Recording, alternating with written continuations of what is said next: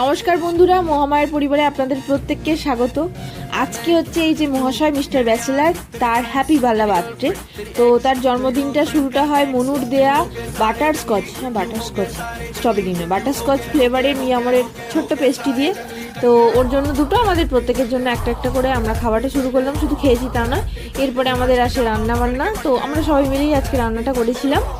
আর সেখানে হয়েছিল আজকে বিরিয়ানি, তার সাথে টুকটাক ভাজাভুজিগুলো মা করেছিল। বিরিয়ানিটা আমরা তিনজনেই বানিয়েছিলাম এবং তিনজনেই পরিশ্রম করে বানিয়েছি, কেউ একার কারোর কন্ট্রিবিউশন নেই।